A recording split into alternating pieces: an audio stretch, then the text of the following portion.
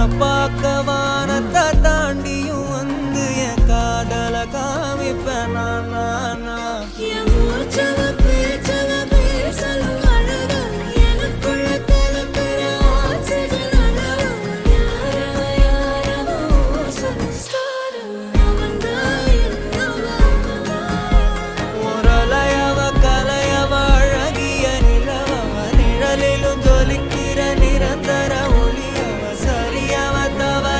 சிரிக்கிற சிரிப்புக்கு அவதான் காரணம்.